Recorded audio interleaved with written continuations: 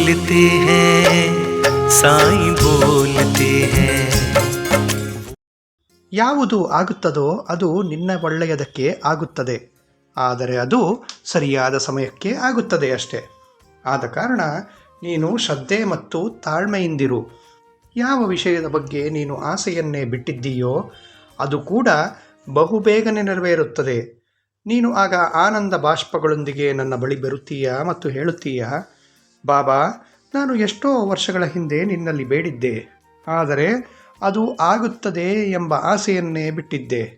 ಅದು ಇಷ್ಟು ವರ್ಷಗಳ ನಂತರ ನನ್ನ ಪ್ರಾರ್ಥನೆಯನ್ನು ಮತ್ತು ನನ್ನ ಇಚ್ಛೆಯನ್ನು ಪೂರೈಸಿದ್ದೀಯ.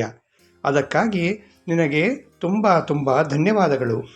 ಯಾರು ಬೇರೆಯವರಿಗೆ ದುಃಖ ಕೊಡುತ್ತಾರೋ ಅವರು ಯಾವತ್ತೂ ಸುಖವಾಗಿ ಇರಲಾರರು. ಇದನ್ನು ನೀನು ತಿಳಿದುಕೋ.